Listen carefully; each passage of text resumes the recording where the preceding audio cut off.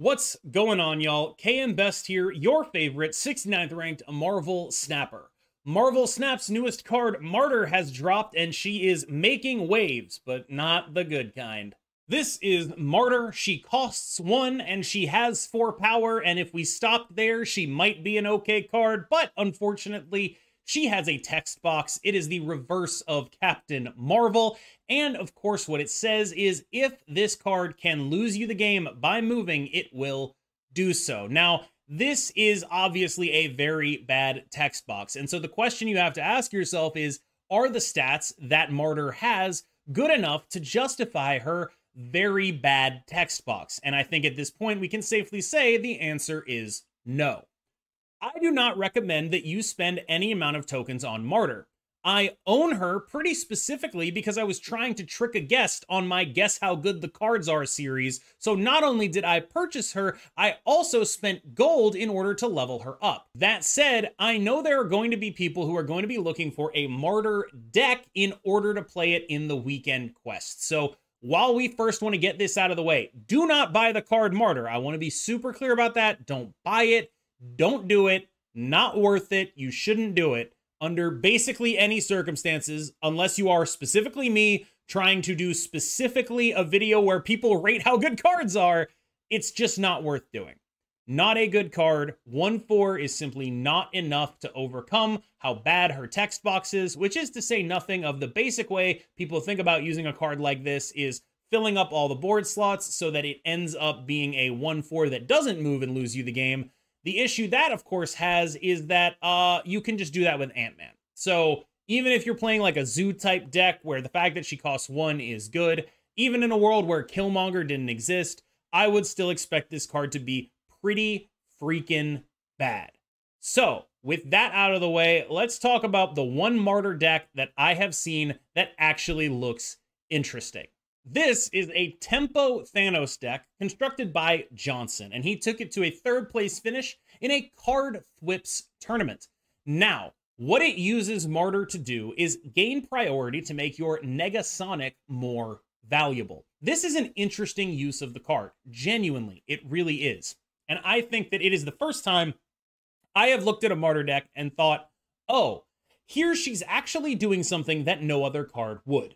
That's the major issue with most Martyr decks, is that whenever you put Martyr into them, there's something else that would do that better, right? If you're looking to do Viper Martyr, why wouldn't you just Viper Ebony Maw? If you're looking to do something along the lines of fill up your entire board, why wouldn't you just play Ant-Man? Here, though, you're actually using it for a very specific purpose, and that is to make sure that your Negasonic reveals before their stuff. You also get to use her in concert with Professor X. She's a very reasonable card in the context of Professor X because she's not moving out of that Professor X lane. This means that between those two strategies, you have multiple ways of actually using her as a reasonably good card. However, there is one more issue. For example, when you look at this deck, it's a Thanos deck, all right? What if you just replaced Martyr with Nico? Probably the deck would be about the same, if not a little bit better. I talked to Johnson, who put this deck together, and what he ended up having in the deck beforehand was, of course, Miles Morales. Even that would be a reasonable replacement for Martyr. And so this is the fundamental issue that Martyr has. Even in this deck, which I think is a phenomenally built deck to actually maximize the one thing that she's actually good at, which is being really big, really early, and getting you priority. When you're built to do that, there are still other options that make a ton of sense. That said, I do think that there is something that could be legitimately real here. This is a, I'm not saying this is a good reason to buy Martyr because we've already been through that. It's not. But it's a very good lesson in deck building, which is to say, when you have a new card, use it to the best of its ability. When is Martyr not better than Ant-Man? Like, when is Martyr better than Ant-Man? Specifically, when you need that power early. That's when. And so this deck builds for that scenario. We've talked a lot about how Martyr works with this deck, and I think that mostly just being a 1/4 and getting that priority to make your Negasonic functional is the major thing that it wants to be doing in this list. That said, I do think if you don't want to play this list with Martyr, Nico is a solid replacement. I know a lot more people have her than have Martyr. And of course, Miles Morales is the original card that the deck creator had in this slot. So if you're not looking for something for those weekend quest missions, yeah, this is probably a card you can cut. Elsa remains a very powerful Thanos option in as much as Thanos remains a deck, which is to say, you are in a lot of trouble when you run into Loki, but you still have reasonable matchups against most other things in the metagame. It's just that the Loki matchup is pretty bad, the Darkhawk matchup is pretty bad, and Elsa is this card that is there to make your snowballs a little bit more potent. You are able to use her to great effect in a deck like this that is looking to fill up the board, and you can use her in concert with things like Martyr to fill up the board a little bit earlier, get those buffs down as fast as possible. Kraven has synergy with Space Stone and with Jeff, and also is interesting in the context of Martyr because, yes, Martyr moving to a lane will proc a Kraven, which means that you are able to put your opponent in situations where, oh wait, this Martyr actually can't move over there, or they'll still win that lane. She will instead not move, and she'll stay where she is.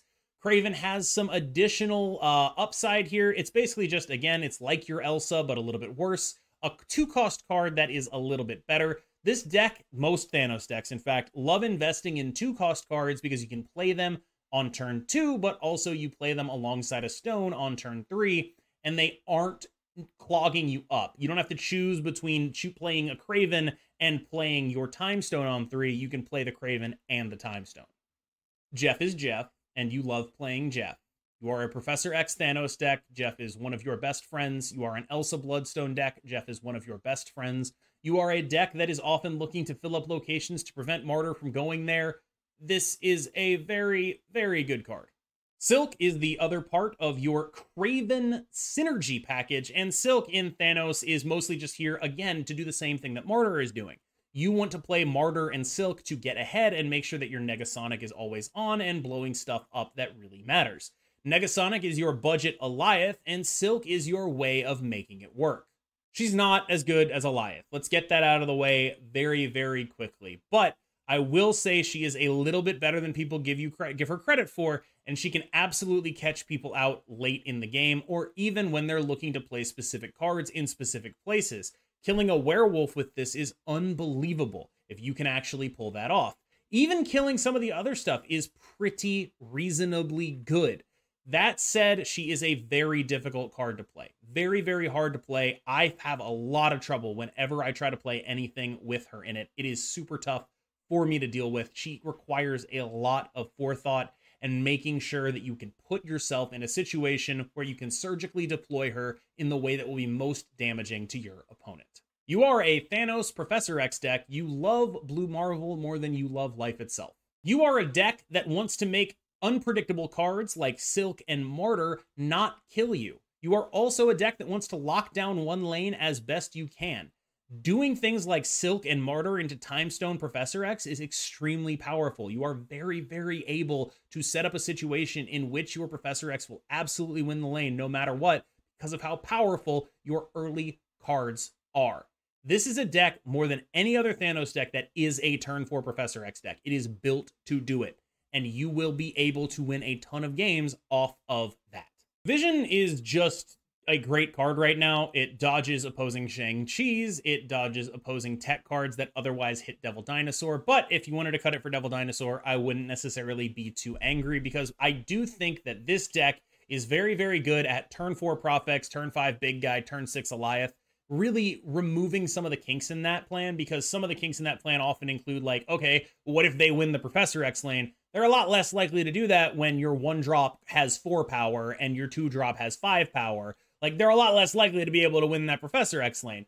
However, you are still possibly able to get outscaled on the other lanes, which means that you do kind of want the power. That said, Vision is just a staple card in this deck. It is very good with Elsa. It is very good. I mean, sometimes you don't even want to Elsa it because you get Shang-Chi'd, but using the Elsa in order to create an Alioth scenario is kind of what this guy really wants to be doing. Vision letting you set up and choose which lane you want to Alioth is basically the best thing you can do with him. This is a Thanos deck that builds very heavily on the principle of get ahead, Professor X, stay ahead. Alioth will do that. Negasonic will do that. Alioth does it a lot better and a lot more expensively, but boy, does this guy slam the door when you are ahead?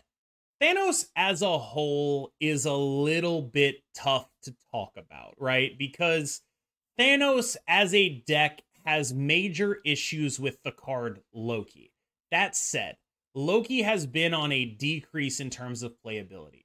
On the other hand, Thanos also has major issues with Darkhawk type decks, especially the Darkhawk bounce decks that are throwing things like Black Widows and Korgs around. Thanos is a deck that really can't afford to not draw cards a lot of the time. And it's for this reason that I do think that this Thanos list, especially because it doesn't include Nico, ends up having an even worse matchup into those Darkhawk lists. And when you're not having a good matchup into the Darkhawk stuff, and you don't have a good matchup into the Loki stuff, it makes you sort of question why we're playing Thanos at all. That said, it is a very skill-intensive deck. Good players can still get good results out of it. I just wouldn't necessarily recommend it. That is the major takeaway that I want you to have here. I'm showing you this deck because it's the only deck I've seen that even attempts to use Martyr in a way that makes sense for the card. And that is the main thing I'm trying to get across. This is a deck that really wants to use Martyr in a way that actually makes sense. It invests in her being a big unit early. You capitalize on the priority she gives you with early Professor X's, Negasonic, and Alioth. That is a good way to use Martyr. Is it going to be good in the context of the metagame? Probably not. But Johnson has already proven that it can be a relatively competitive list. And I think that's what most people who watch my channel are looking for. They just want a way to use this card if they bought it that isn't completely terrible. And this is the best we've got. Magneto is a great card right now because of the amount of Miss Marvel / Darkhawk / any, name whatever 4-drop you want. There's a lot of 4-drops running around right now.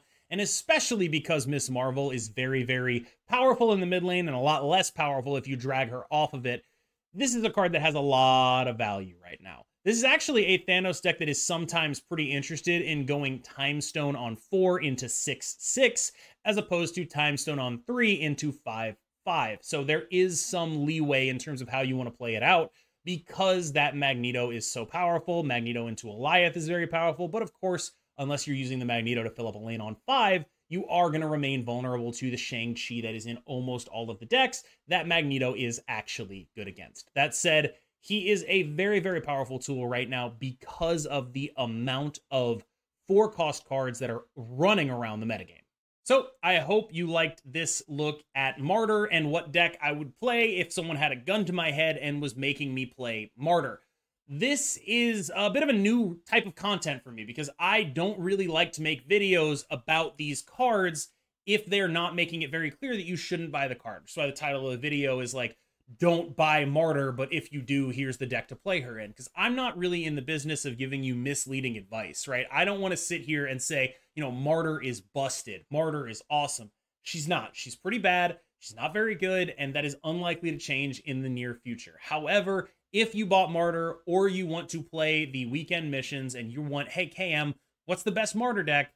This is probably the best Martyr deck. I think this is the only deck I've seen that is actually looking to maximize her strengths, and is the only deck I've seen that's actually been able to put her in a position where this card is actually good, right? Like, where this card is actually accomplishing something that other cards would not accomplish. And I do think that this deserves a lot of credit in terms of deck building, because it's very hard to come up with a situation where this card is accomplishing things that other cards would not accomplish with equal or lesser effort. So I do think that this is worth highlighting, not just from a, you know, don't buy Martyr standpoint, but from a standpoint of, hey, I hope you appreciate what a brilliant deck building choice that this is that Johnson made. So huge shout out to Johnson. Thank you so much for watching all the way through here. I really appreciate it. I've been KM Best. I will see you in the next one.